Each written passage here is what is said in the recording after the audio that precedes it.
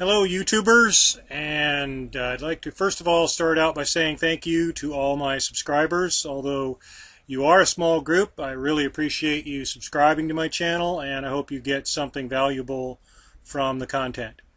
Today's missive is going to be a quick review of an excerpt from a newsletter that I get from the Casey Research. Doug Casey puts out newsletters and also paid subscription informationals and investing advice. So this is from his daily Casey's Daily News letter, and it's an excerpt written by Dennis Miller, who's a senior editor of Miller's Money Forever. It's called The 11 Rules of Owning a Money Tree, and it centers around the premise that while money doesn't grow on trees, as we've been told by our parents and around the kitchen table, the truth is that governments do have a particularly unique position in that, especially countries like the United States, which has a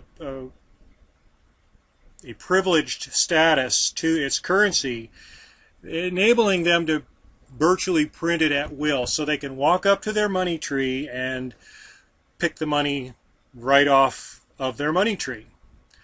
So here in the U.S., I'm going to just read a little bit of it and then go right down what's called the 11 steps to your money tree's owner's manual. So it's food for thought. So here in the U.S., our money tree has been creating a 100-year supply of money every year.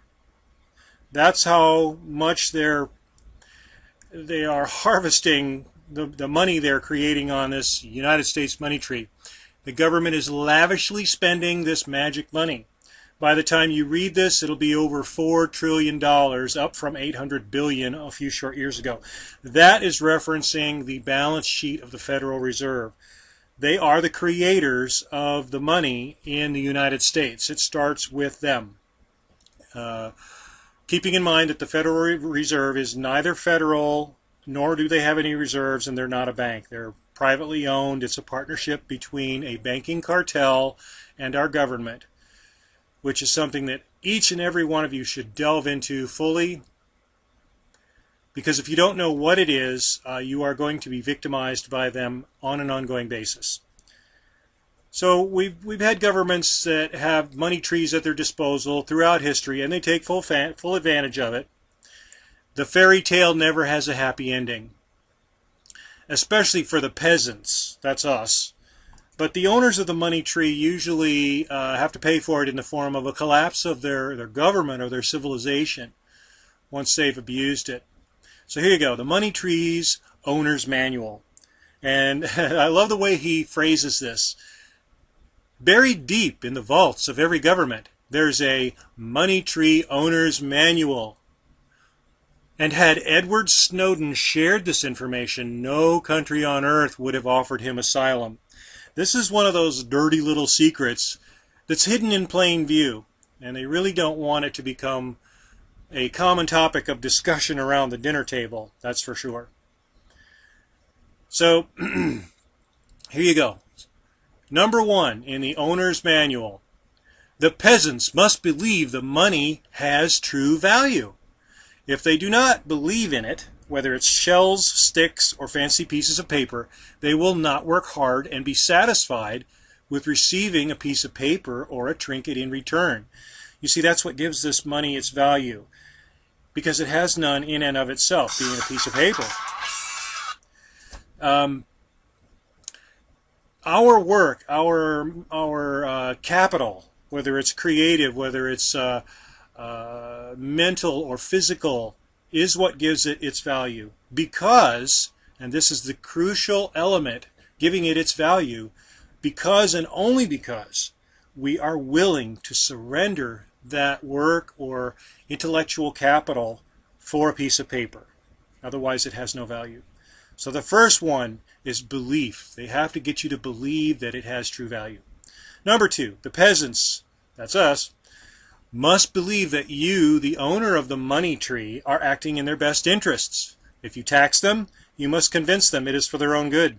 Whether it is building roads, bridges, providing education, or police for their protection, there must be visible symbols that prove you are working for them. Now, we have to give credit where it's due. We do get the benefit of some of our taxation in the form of infrastructure. Roads, medical services, emergency, fire departments, and a lot of these are provided by municipalities rather than the federal government, the great overreaching taxing body, and which is the greatest recipient of our product, our labor, that they get from us in the form of taxation. So they got to convince us that we're getting something in return. But are you getting full value? That's the trick.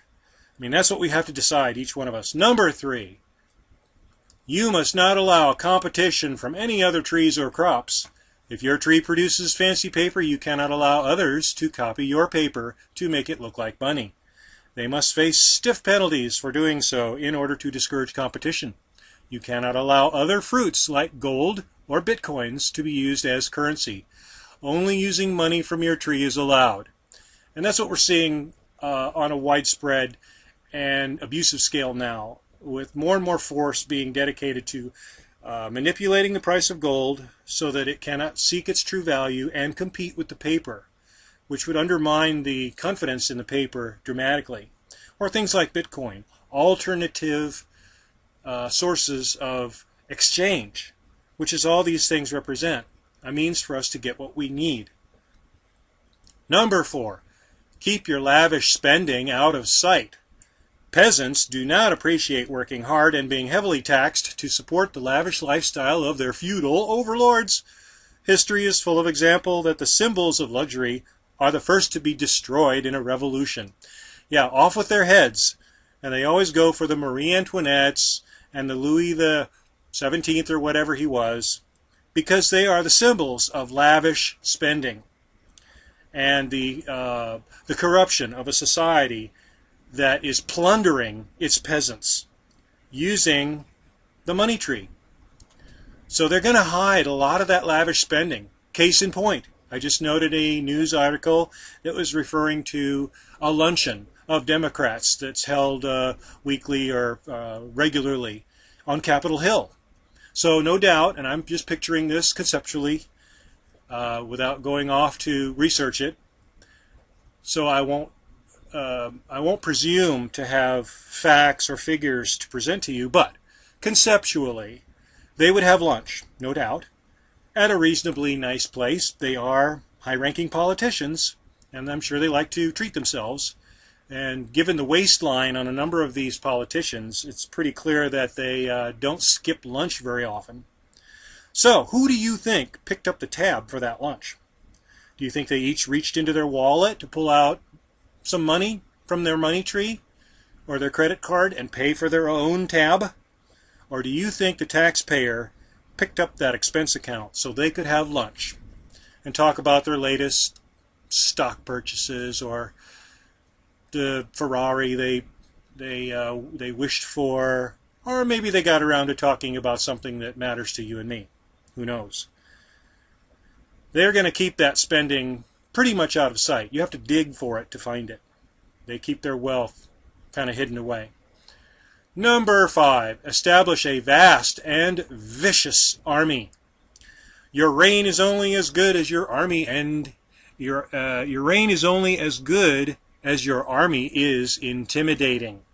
You must discourage others who wish to be king from attacking you and capturing your money tree. The biggest, baddest. Yep, our military is the biggest, the baddest, the most intimidating, and we will not allow anyone to capture our money tree. And that's the position of our government. It does not want any one of us to get our own money tree, to create our own money tree. There was a person who created a silver round that was based on the monetary value of the silver in it and was to be used as exchange. They shut him down, they charged him with counterfeiting, they seized all his assets and confiscated all his equipment and imprisoned, and continued to take him before trial and juries and to persecute him. They will not allow anyone to attack or capture that money tree. Number 6, keep the peasants in a perpetual state of fear. Use the media to continually frighten the citizenry. Tell them how their very lives are threatened by those who want to conquer and kill them. That way you have justification for all your many taxes. Peasants will pay dearly to those who offer protection from harm. And this is a pretty ancient tenet or belief.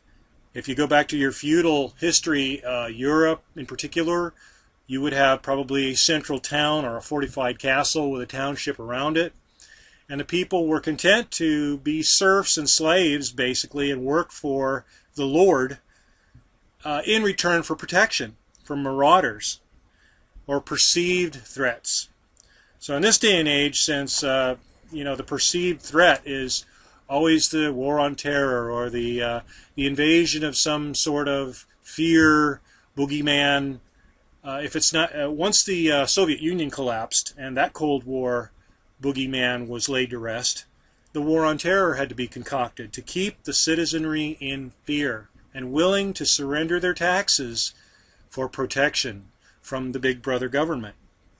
That's essential. They got to keep us in fear. And look at how much media is devoted to every notice of any kind of sensational event that can be steered or spun or hyped in the direction of be afraid. You need the government to protect you. You need the NSA and the TSA and the FBI and the CIA and all of our covert operations. Don't worry, we're protecting you. That's essential. Keep you fearful. Number 7, get the peasants to fight amongst themselves. Pit one class against the other. If you have a two-party system, let each blame the other for the problems at hand. Even if they essentially both have the same goal, to serve themselves and their most influential members. In that manner, the peasants are less likely to unite and overthrow the king, because they think they have a choice. The illusion of choice is well maintained in this country, when in fact it's a two-party system that in essence is one party. Two different heads on the same coin. And we all know it. When the choice is the lesser of two evils, you're still choosing evil. But the goal is to keep the peasants bickering amongst themselves so they're less likely to get it together, to figure it out, to get a consensus of what's really going on that's not in their best interest, that they're being taken to the cleaners. They're being defrauded. They're being plundered by the authorities. Now you can call it king, you can call it president, you can call it congressmen, senators, bureaucrats. Those at the top are responsible for perpetuating this system that is absolutely stripping you of your value, the value of anything that you create using this money tree paradigm. Number 8, addict the majority of peasants to your handouts. The more the more dependent you can make the population on your handouts as opposed to the results of their own work and effort, the easier it is to maintain power. As the old saying goes, when you rob Peter to pay Paul, you can always count on the support of Paul. Come on, people. This is so easily seen, even by those who are dependent on a government handout. They know what's going on. They're just stuck in it. They've taken the handout, so it's basically accepting the role of serf. You're getting something that enslaves you, and you're afraid to break free from it because you will lose that benefit. They're buying votes. It's corruption from the top down. It's just corruption on a grand scale, and it's the money tree paradigm that enables it. If they couldn't make money out of nothing, pluck it off the tree and hand it out with promises for things that are going to get better and we'll take care of you. Just vote for me. They could not continue this lie. They couldn't perpetuate it on us. Number 9. And thanks for bearing with me so far. There are 11 points to this, and I'll wrap it up. Number 9, borrowing is fine. Go ahead and spend more than you take in through tax revenue. You are pledging the work efforts of future generations of your citizens to garner money for you to spend right now. But you will probably be dead before the bill comes due, so you need not worry. This can continue for decades, as long as your creditors have faith in your money and the ability to repay. Copious borrowing and spending is one of the fun parts of belonging to the government elite. Yeah, that must be fun for them. Are we enjoying the ride so far? Well, buckle your seatbelts, my fellow Americans, because the ride is going to get really bumpy. It's going to come off the tracks. We're going off the rails on this crazy train. They know it. The majority of you are starting to wake up and realize it. And maybe you feel helpless, so what can I do? That's part of their means of control, is to make you feel helpless and disempowered, separate and battling one another, divided, divide and conquer. But they want you to believe that borrowing is just fine, that there'll be no consequence for it. President Obama, I believe, in a speech a couple of years ago over the debt ceiling being raised, actually spoke the words that raising the debt ceiling doesn't mean we're going deeper into debt. How stupid do these people think we are? Do they really think we're buying this lock, stock, and barrel? I hope not. I hope some of them are aware that we're on to them. Borrowing is not fine. It has a consequence. Debt must be repaid. Or you declare bankruptcy. In other words, you default and say, I'm not going to pay. Tough. Those are the two ways of repudiating debt. You pay it off or you default. We are defaulting. That's what inflation does. As they print more money and pick it off the money tree, that is default, because they're repaying the debt with currency that has lost its value. So it's the same as defaulting, just slower, sneakier. But they're not getting away with it, because we're starting to catch on. Number 10, keep the illusion of stability as long as possible. Don't worry, everything is fine, just keep shopping. Have you heard that? I mean, are you getting that from the media, from the powers that be? You hearing that? I do. When taxation, excuse me, when taxation or borrowing no longer work, it may become necessary to magically create money. The never-ending spending must continue. Inflating the currency, making the value of each piece of paper or trinket worth less, is a non-violent choice. So you can pay your debts back with cheaper money. And that's what I referred to or alluded to in the previous comment about paying your debts back with inflated currency. It's the same as default, just slower. It's more insidious. You may not realize that it's happening because it takes place over time. And it's gradual. And it's not as violent as if they just walked up to you, stuck a gun in your ribs, and lifted your wallet. But that's exactly what they're doing. Under threat of violence, they're going to put you in jail, or they're going to persecute or prosecute you if you don't knuckle under, pay what they want. You're being robbed. You're being robbed by your own government and everyone else around the world that has loaned money to our bankrupt, insolvent, corrupt government is subject to the same thing. They're being hijacked. They're being robbed at gunpoint, and we've got the biggest guns in the world, being paid back with devalued currency. Well, the jig is up, and unfortunately for us and everyone around the world, the shakeout of this is going to be anything but non-violent. Number 11, use the power and might of your army and police force to protect the system. Flex your muscles regularly as a reminder to all peasants that they need to conform. Confiscation of wealth is an idea that can be easily sold to the masses. After all, what do the rich need all that money for? Redistribution of wealth is part of the ruler's job. Without the benevolent government to lead, the peasants would never be able to survive. Always remember, you know best what your citizens need. Let's take a closer look at this final statement in this slightly tongue-in-cheek, but nonetheless pretty poignant 11-step how to have your money tree and use it properly, the owner's manual for a money tree article. That you use your power and might of your army and police force to protect the system. That's happening both internally and externally.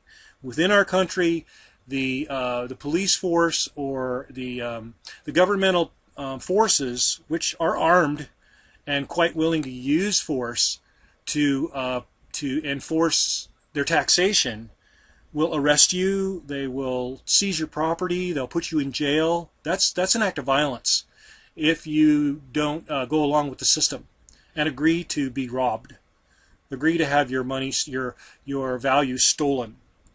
And they're flexing their muscles regularly to remind us all that we need to conform and that we're just peasants. You see it fairly regularly, notices in the news of somebody being subject to an IRS audit. In fact, the political adversaries of whatever party happens to be in control at the time are often brought under undue scrutiny by the IRS as a means of punishment, as a means of control, as a means of coercion, so they don't speak up too loudly or they're going to get audited. None of them want that because they've all got dirty laundry. And even if you have nothing wrong with your finances, it's a major inconvenience and hassle and often expense to defend yourself against an IRS audit. The more money you have, the more you have to lose. So they use this as a coercive tool. Confiscation of wealth is an idea that can be easily sold to the masses. Oh yeah, how often do we keep hearing them reiterate the phrase that the wealthy need to pay their fair share and how they're going to tax the wealthy more to do so and take care of the poor people. The biggest lie that's ever been told, just about. The really wealthy don't pay taxes. The corporations that shield them have so many loopholes in the 7,000 or 8,000 or whatever ridiculous 1,000-page document our tax code is. They are given so many free passes, so many subsidies, that the really wealthy, the 0.01% or the 0.1%, not just the 1%, oh no, the 0.1 and the 0.01%, these are the elite of the elite, they pay no taxes. None. So get that one, get that in your head, because it's true. It's true. They pay no taxes. It's for us to pay taxes. So when they talk about redistributing the wealth of the rich, that's nothing but cover for the real scam that's going to go on if they raise taxes, which is to tax the middle class out of existence. They want you to think that redistribution of wealth is part of a ruler's job. Haha. Well, let me just add my thought to that it's only part of a corrupt, despotic, wicked ruler's job. A corrupt ruler's job.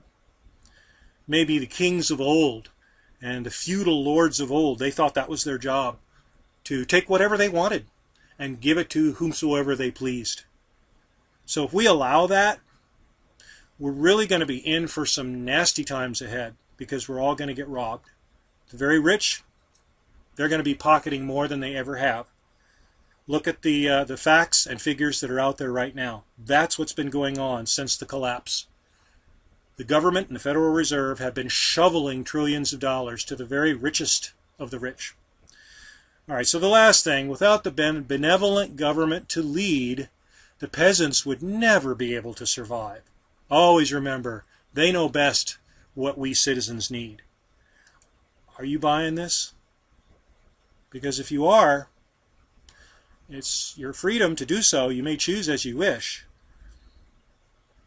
But if you really think that we're better off with a supposed benevolent government making all our decisions for us, then you've forgotten all of our past history when we prospered far more with far less government than what's going on now. And the corruption that exists now on a scale that has never been seen before in the world's history should be clear evidence to anyone with eyes to see or ears to hear, that the government does not know best what is in our interests, what's best for us. Well, let me amend that statement and say perhaps they do know what's best for us, but they are not acting on that. They are not acting in our best interest. They're acting to benefit themselves and their benefactors, their biggest donors, the big money elements. So that's it for my little review of the 11 steps to owning and operating your money tree. That's what your government is doing. Feel free to review this, and if you enjoyed the content, please take the time to click the like button. If you if you weathered this 25-minute storm and you're still with me, and you'd like to click like, I appreciate that. It will tell me what's valuable. It'll help me in my efforts to continue a YouTube channel. Please share this video and subscribe to my channel. And I will continue to post more YouTube videos with commentary on what's going on. They want us to think we're powerless, and it's hard not to be swept under the rug with that thought. They're too big. We're too small. How can we do anything? Maybe it's just the simple act of speaking up. Educating yourself, try to get as much factual knowledge as you can about what's going on. Question everything. Question every source, especially if it seems to be coming from the mainstream media that's, oh my God, bought and paid for, full of shills and talking heads that all they're doing is spouting and parroting the mainstream line that's handed to them. So in addition to waking up, speak out. We can all make a difference.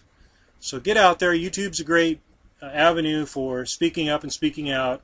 Hopefully they won't shut down the internet on us, although I think that will be the first casualty when things become difficult to maintain the money tree paradigm and the welfare state. Once again, thank you for watching, and I hope you enjoyed it. This is Chris for the Handiguard channel, wishing you all a good day, and we'll see you on the next video.